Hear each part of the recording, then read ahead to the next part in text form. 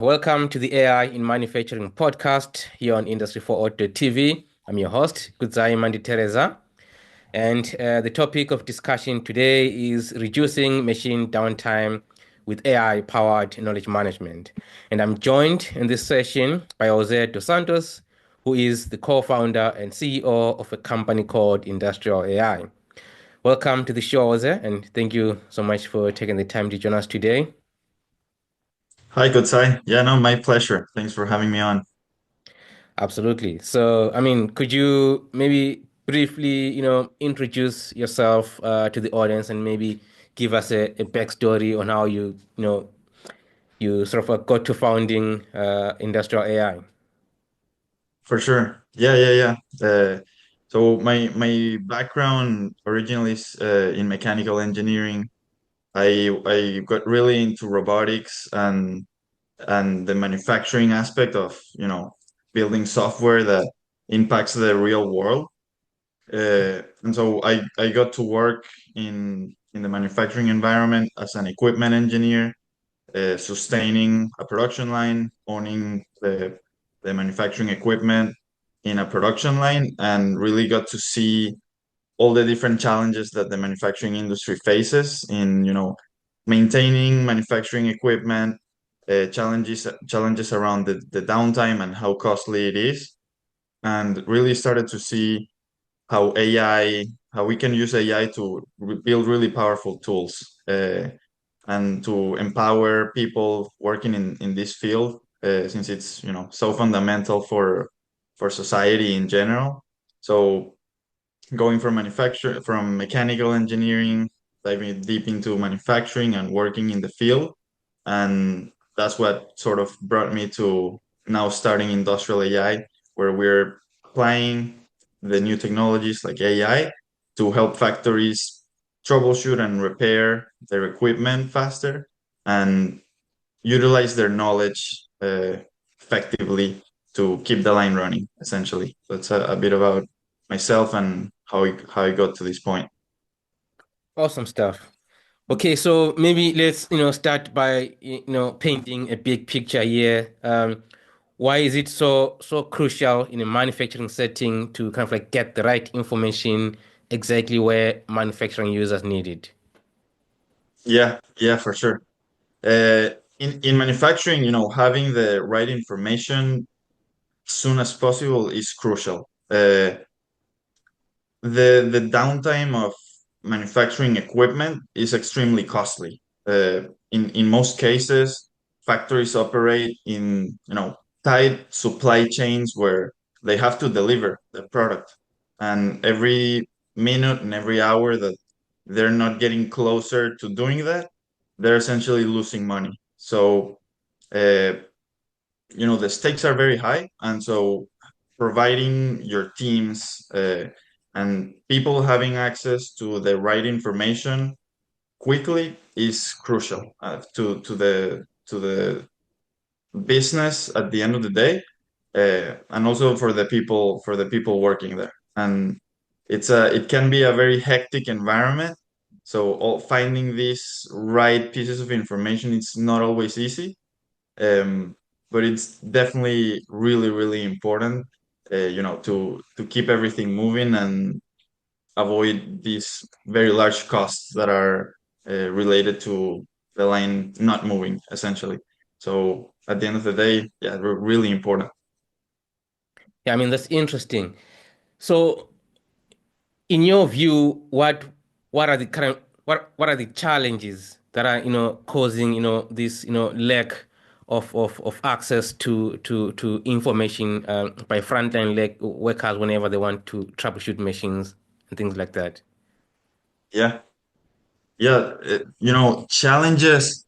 The it is a very challenging environment, and so challenges in finding the information, I think, come from two sources, and it's basically uh, this information or this knowledge that you need to fix an issue with some sort of manufacturing equipment or machine.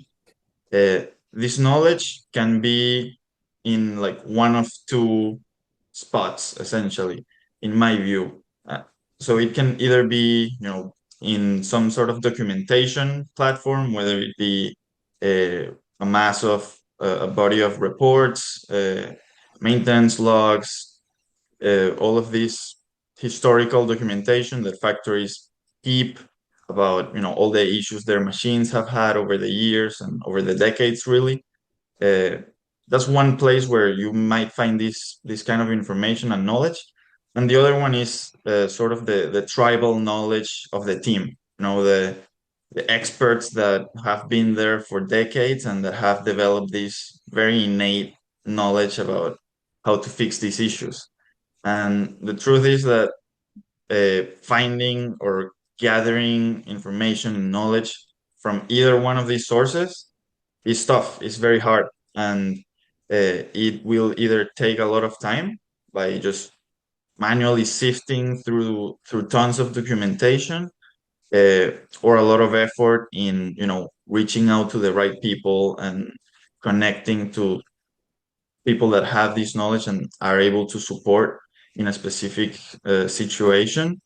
And at the end of the day, like we were saying, the time is very valuable. So these challenges with finding and getting to that right information end up being very costly. So definitely a lot of challenges in kind of traversing the path of getting to that information, getting to that knowledge that will enable you to go fix equipment faster and get the line back up.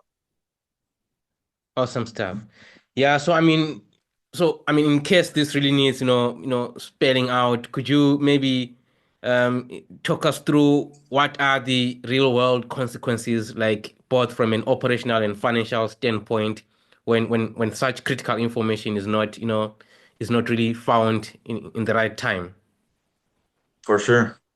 Yeah, yeah. And the real world consequences are, fairly straightforward. And it's that if you're a production line, you may fall behind on the deliveries that you have to make.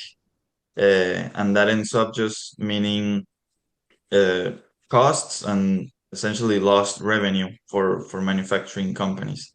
So at the end of the day, it shows up in the bottom line of the company, and it's a very real figure. And when you have lots of lost productivity, you also have people, all your uh, operators, technicians, and engineers that are sort of just sitting idle while while you're fixing some piece of equipment.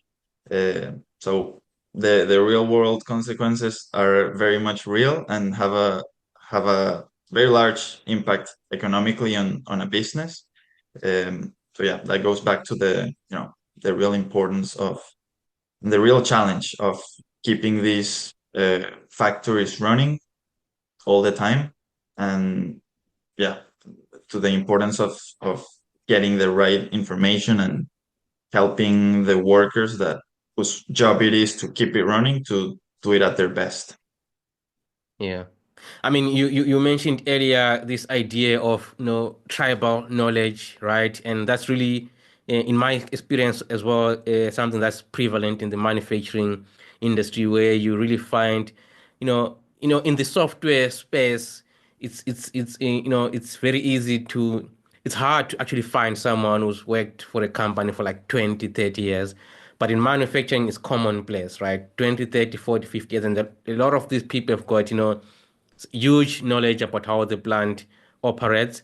And the unfortunate aspect of it, obviously, is that this workforce is kind of like really starting to retire, and we're hearing a lot about things like nearshoring, right? And I mean, also there's trends around labor shortages and things like that.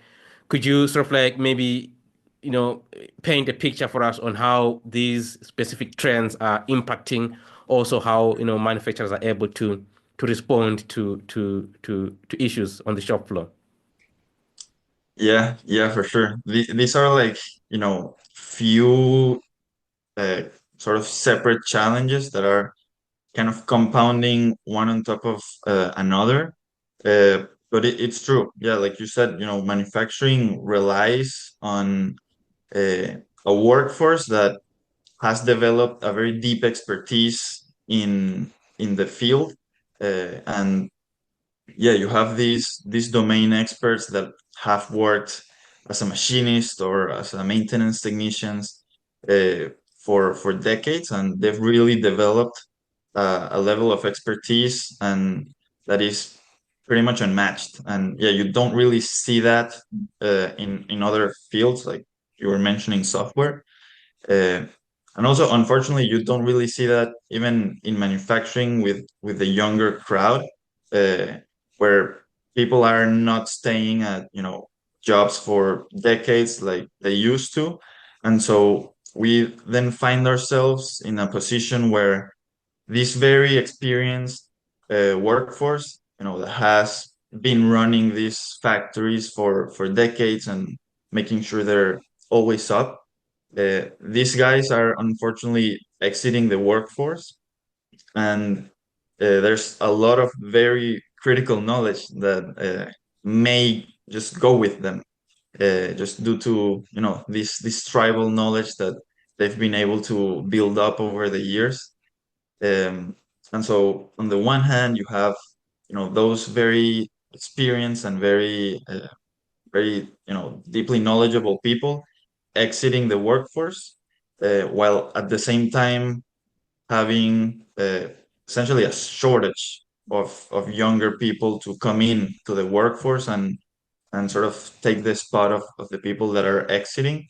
Uh, so it's a we manufacturing is at a place where we have a very large exodus of talent and knowledge, and not enough people coming in. And also, all of this at a moment in time where there are trends and efforts from the United States to bring back manufacturing to the country and to the continent, with what you were mentioning about nearshoring and reshoring efforts. So the demand really for manufacturing is continuing to increase, and it will continue to increase as the U.S. Uh, continues with the efforts to bring it back to the continent.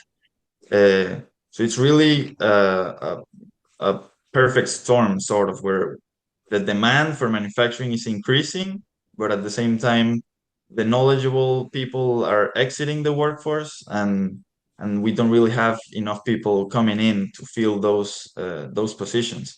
So it's unfortunately a challenging position that manufacturers find themselves on.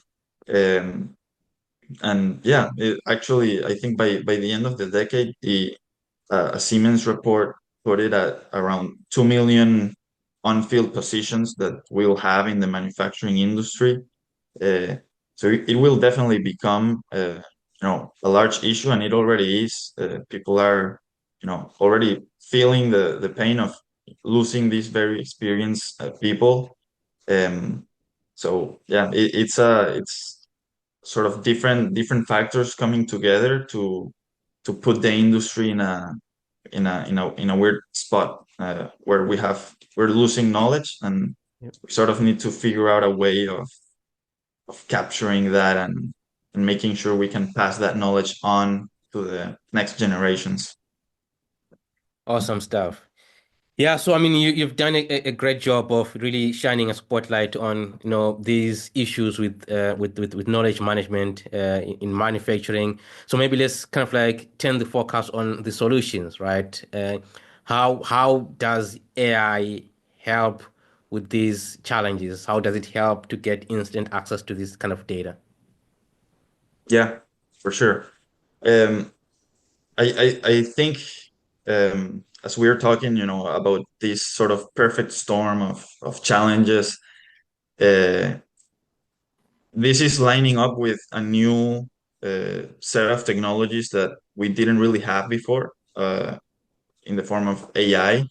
And I do think that it's essentially the perfect tool for the job, because AI is what it's good at is capturing insights from large pools of data that may not be very structured. So what you would call unstructured data, very messy, chaotic data.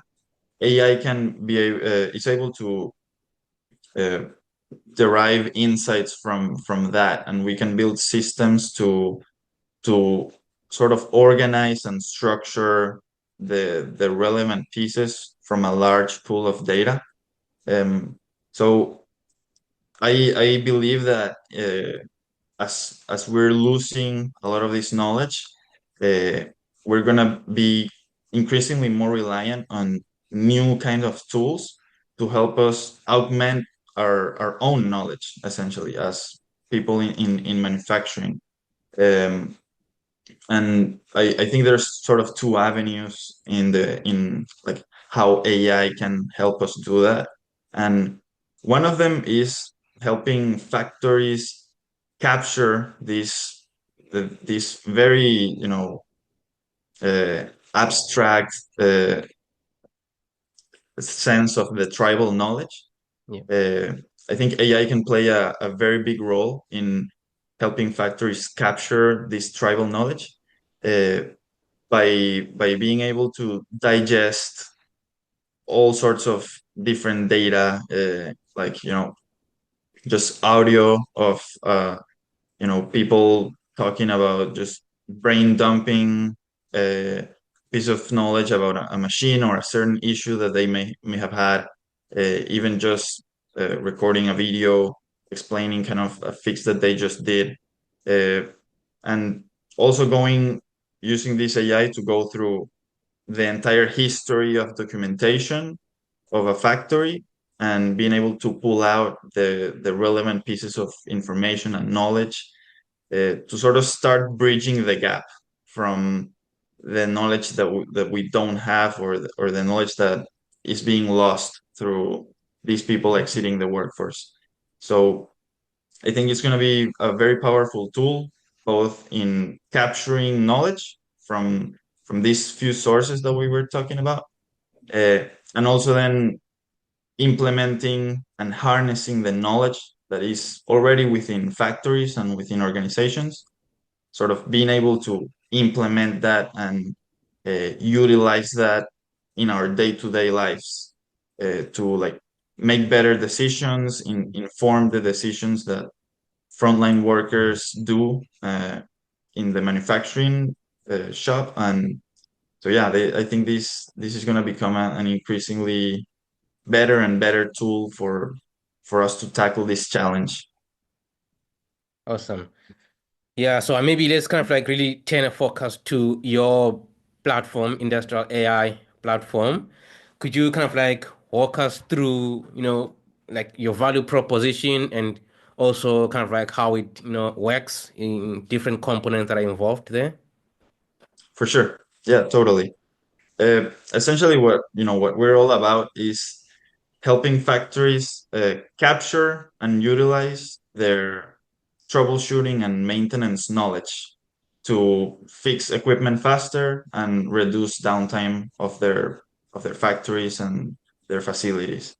So we're all about using AI to capture the knowledge about how to fix equipment, what kinds of issues all your machines have had throughout their history, all the manuals and kind of the huge pile of documentation that factories already have, plus the sort of tribal knowledge that the technicians and expert employees have.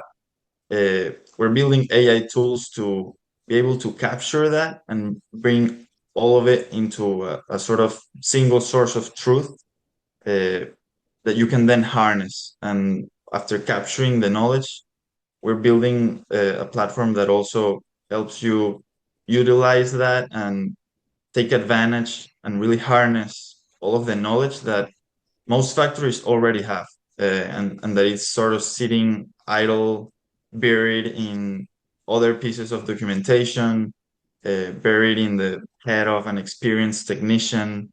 Um, we're building these tools to, on the one hand, capture that knowledge, bring it into a single source of truth, and then be able to apply it on the field and deploy it to be better, to repair equipment and troubleshoot faster, and eventually, yeah, reduce the downtime and impact the bottom line of the company.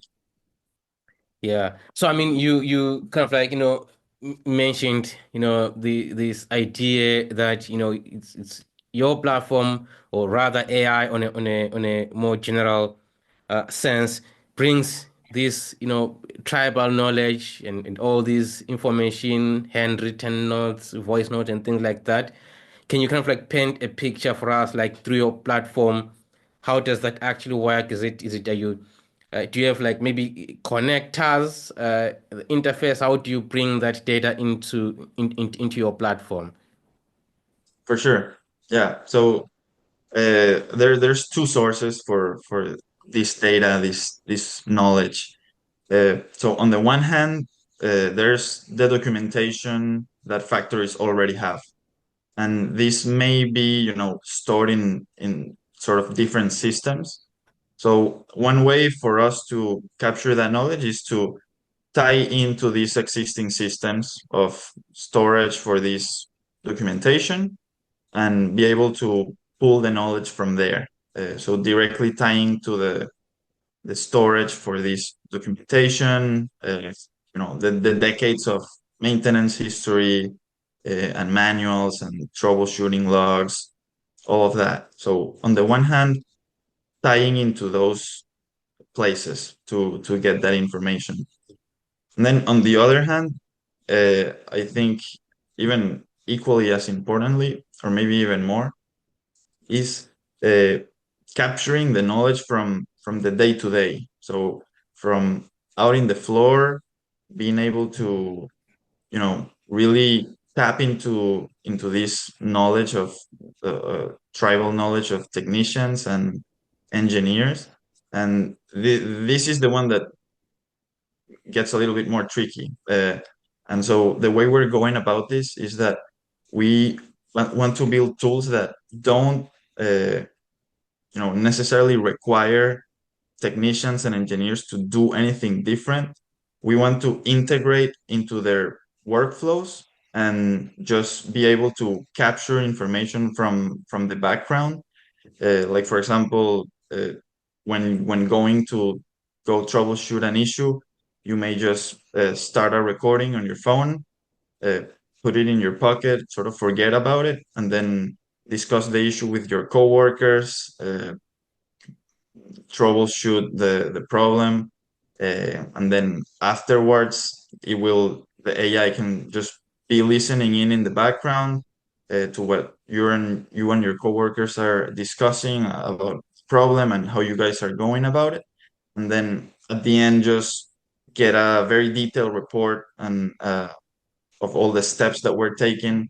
So just having that AI in the background, uh, taking note what's going on in the factory, uh, and also similarly just providing techs and engineers with a seamless way of capturing a piece of knowledge that they have.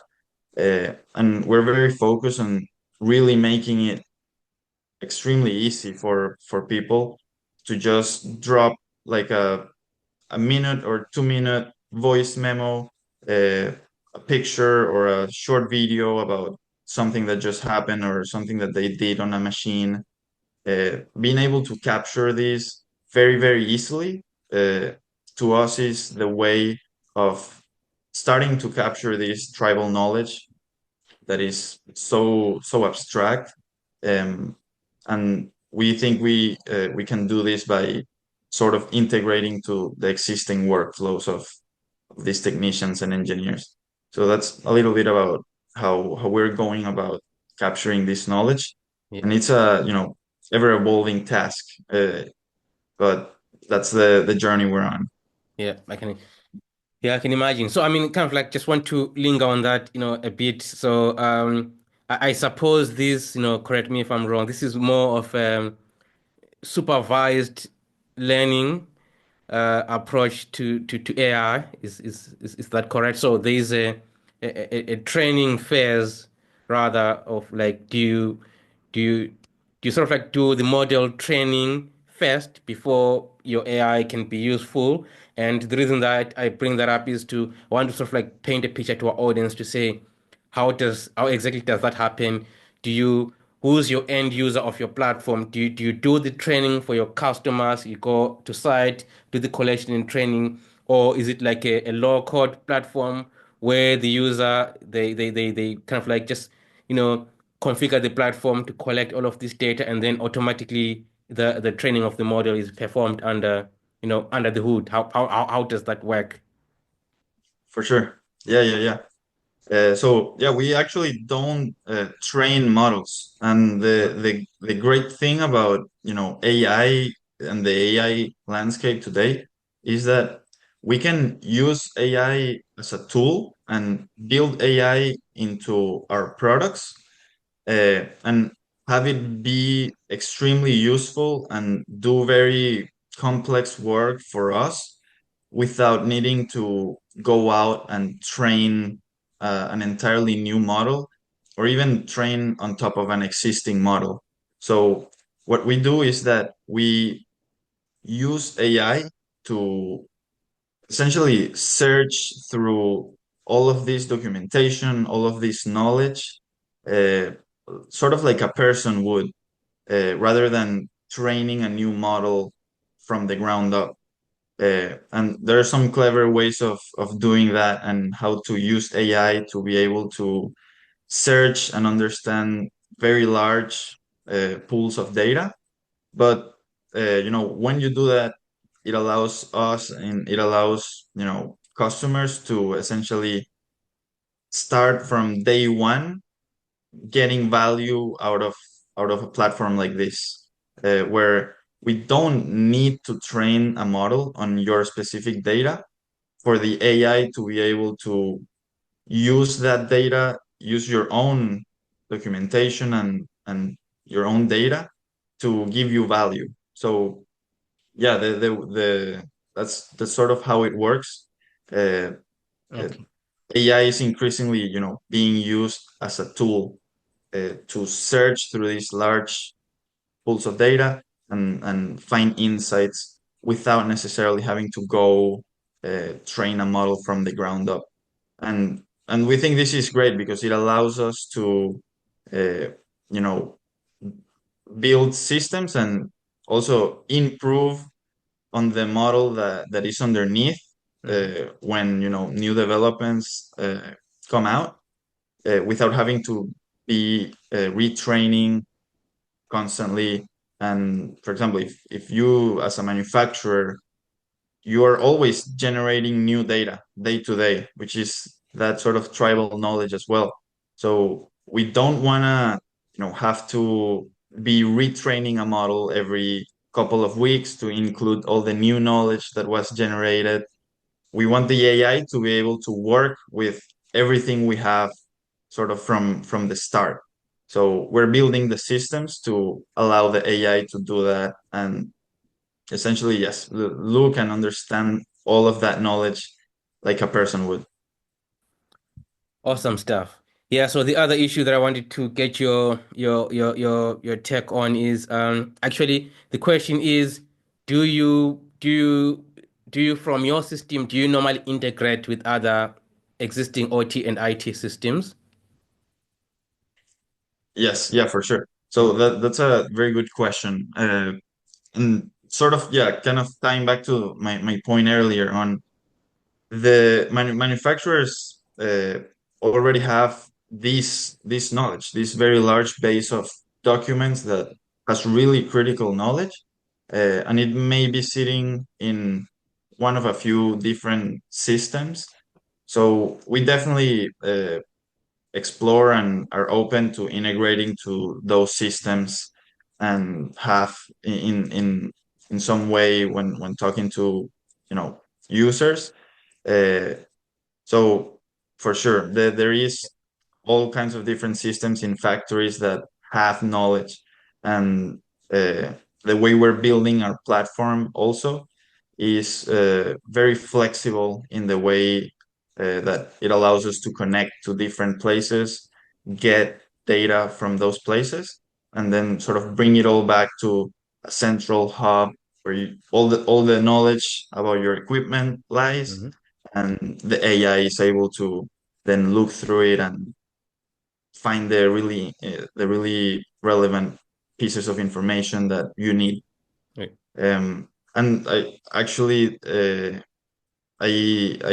I'm really interested also in the what you guys build at Hive MQ, because systems like that I feel will continue to be more important in a world of AI where having data under single namespace or having data centralized in a place where you can access all of it is going to become more and more important. uh, so yeah, I'll definitely also explore you guys' system, because uh, integrating to existing factory systems is going to be a big part of bringing AI into manufacturing. Oh yeah, absolutely. Absolutely. So, do you have maybe to kind of like make it all, concrete for our audience again? Do you have some, real world use cases that you could share with us? Yeah, for sure. You know, we were manufacturing engineers. We were fixing equipment when it went down. This can be at 3 a.m. in the morning, and you just get a call. Your machine is down. You have to go to the factory and uh, fix it so that it comes back up. Uh, and so we're building tools for the maintenance technicians and engineers that fix equipment once it breaks down. So for us, the real world use case is your machine just went down. You're starting to, the clock is ticking and the downtime is uh, ticking up. So we're building tools to help that person find all the relevant information that they need to have in order to diagnose, troubleshoot, and fix an issue that happens with a machine. So that's the main use case that we're focusing on right now. So when a machine breaks down, you're having an issue, you maybe don't immediately know what might be happening.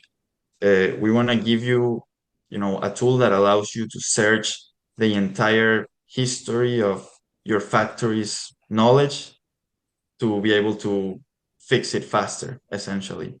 Um, yeah, so that's Yeah. on the one hand, that's the end use case where we are we want to help these technicians and engineers fix problems faster.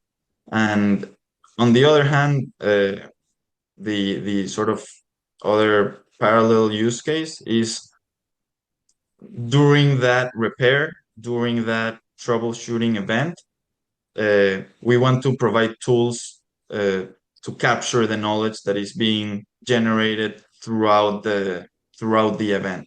So just either by being in the background, taking a audio recording of the whole event and the discussions that are happening between technicians and engineers, figuring out the problem, or whether it might be just with a quick memo at the end of a troubleshooting event, just quickly summarizing everything that people did and what the issue and root cause was. Uh, Either way, we want to capture this knowledge in a very, very easy manner, so that we can actually store it and the AI will remember it forever. So then in 2 years or in the future, when that issue happens again, and it may not happen to the same person, but to a new one, they're able to very quickly access this information and fix the issue faster.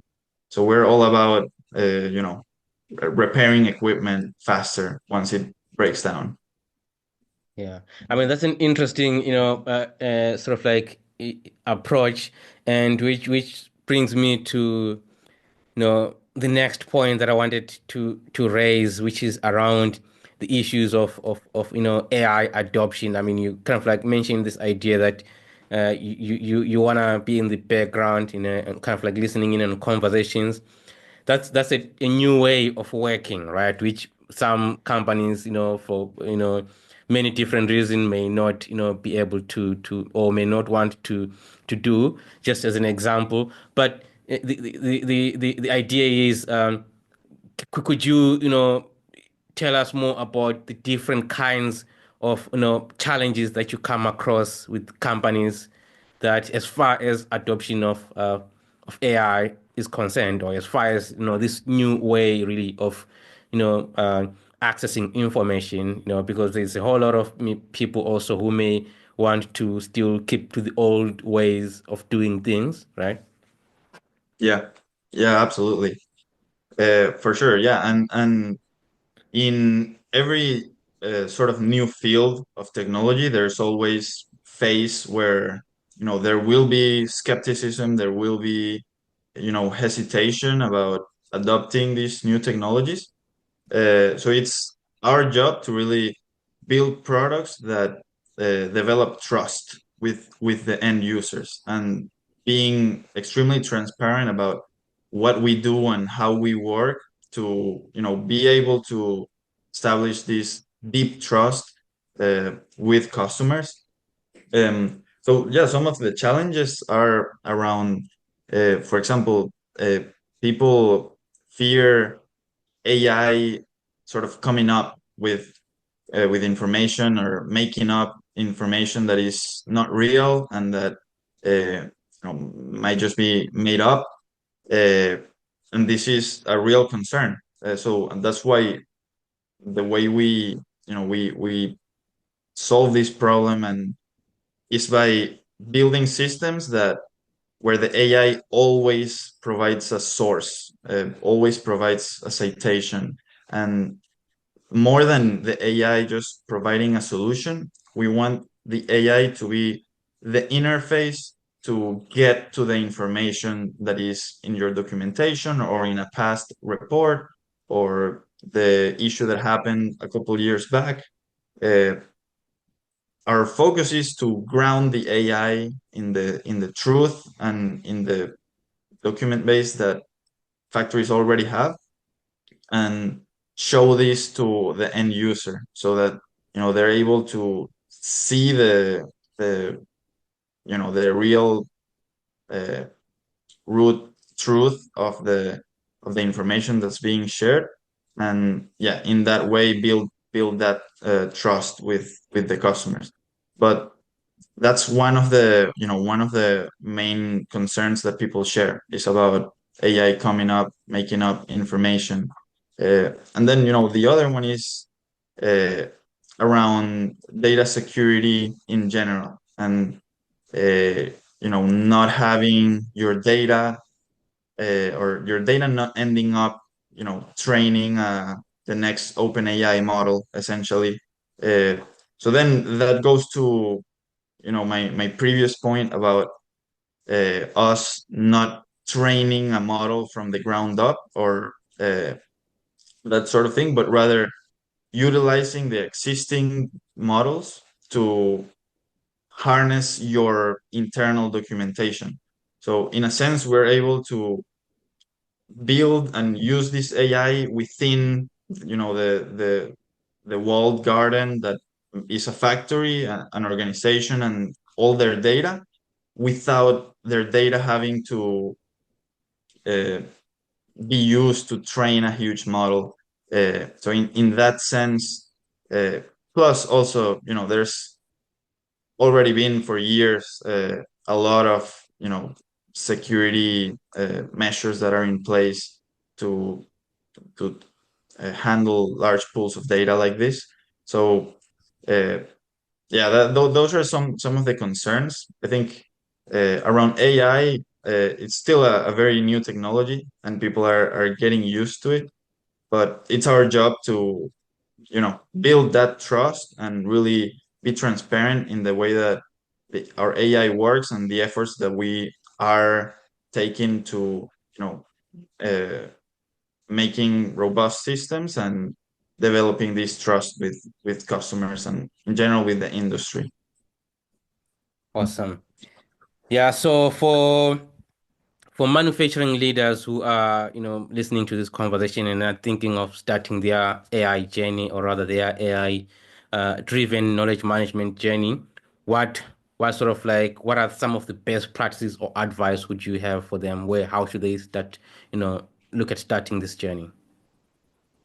Yeah, for sure. I think in terms of best practices, I would say the only one that really matters is having the intention, of exploring with an open mind what this technology can do, because really we want to make it so that you don't need to have a large list of best practices or a specific setup, a specific way in which you handle your data.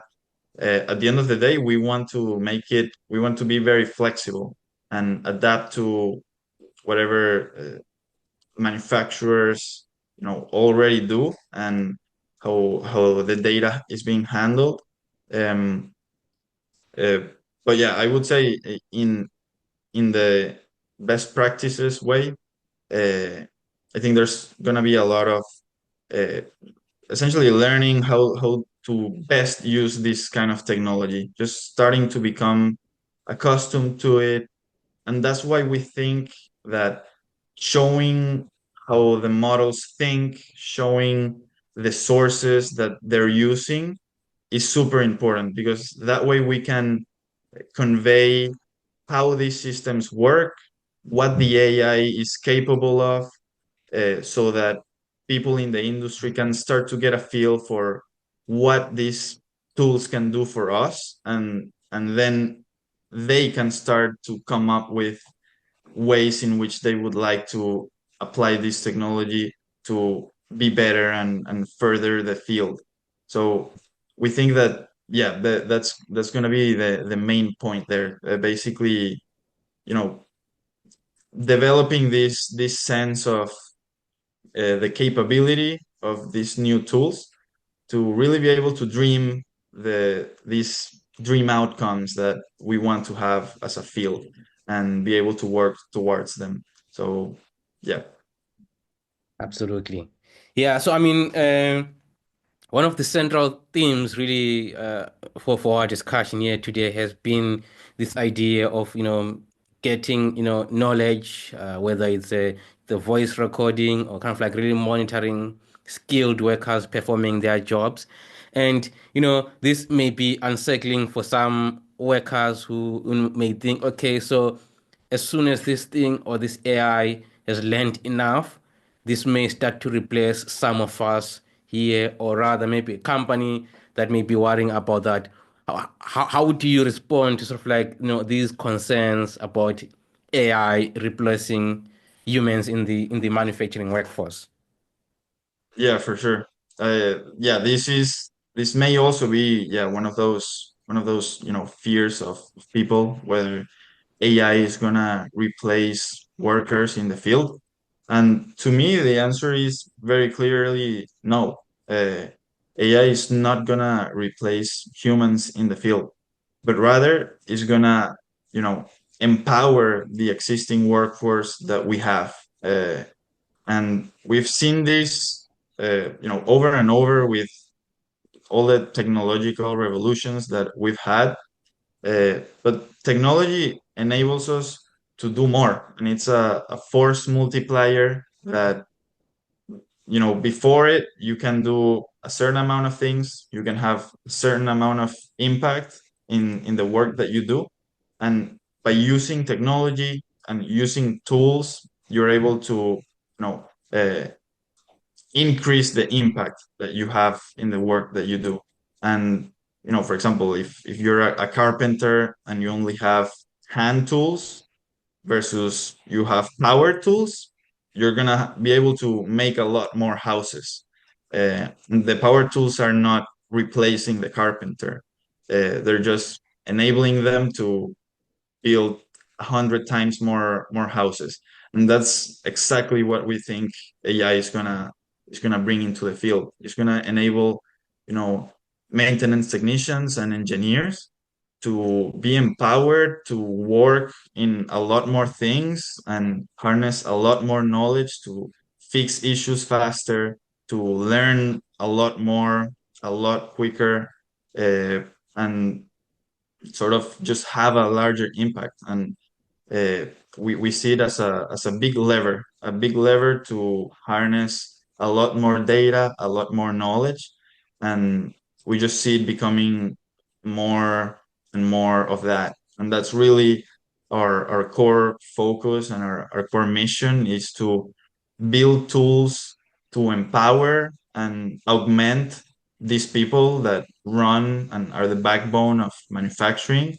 We want to augment them and multiply their efforts by a larger and larger number, so that they can achieve more, they can have a larger impact, and yeah, they can continue to run manufacturing and uh, essentially, yeah, keep lines running. So I don't see AI replacing people, but rather being a very, very powerful tool to augment people's capabilities and augment people's knowledge. So yeah, I think we've seen it over time, in history, and I don't think it's going to be any different.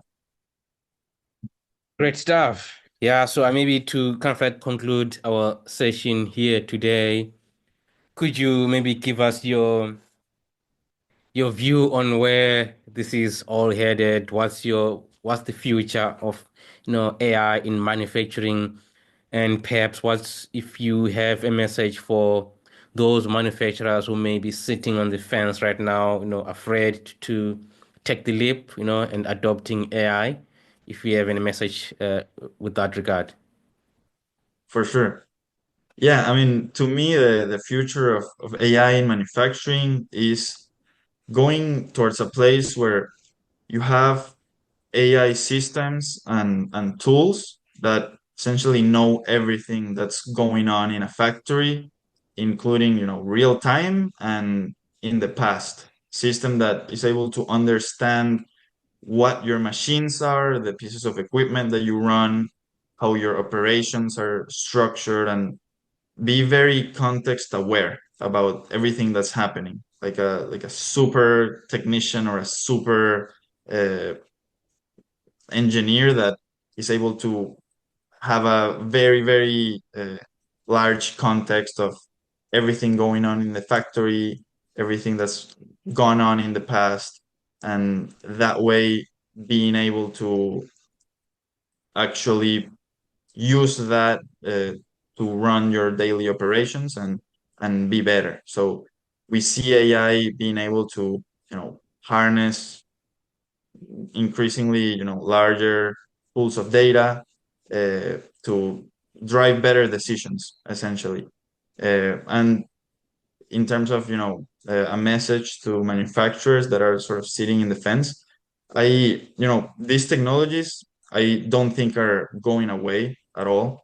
Um, so I would say, start looking into it, start learning, whether it be even in your personal life, how these tools can provide value to you, and just by sort of seeing how they work, getting a sense of what they're able to do, I think people are gonna start to realize the power that is, that these tools bring to us. Uh, but just, checking them out, having an open mind, I think is gonna be important for accelerating this implementation and this integration of these new kinds of tools.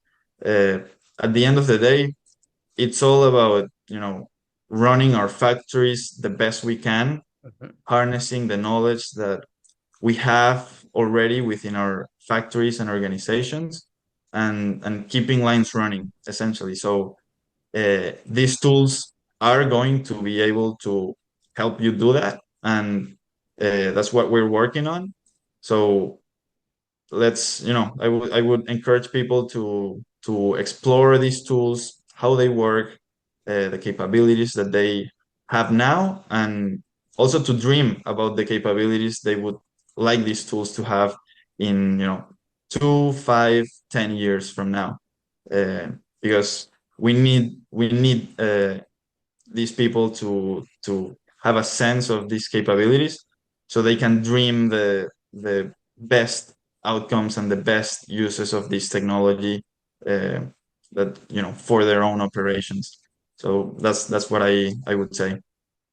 Awesome stuff. Jose, that brings us to the end of this session. Do you perhaps have any last words for our audience? Where can they find you? Do you have any upcoming trade shows and anything really that we may have missed? For sure. Yeah, people can find us at our website, industrialai.tech. And yeah, we're super excited to be working in this field. We really, are passionate about manufacturing. We've been on the production lines working on equipment, and we just love this field, and we are working to build tools for technicians, for engineers, and for the entire manufacturing industry. So reach out if you're interested and want to explore how AI can bring value to your organization. And yeah, I mean, thank you very much for having me. I really like what you guys are doing, with the podcast and also at HiveMQ. So thanks for having me on.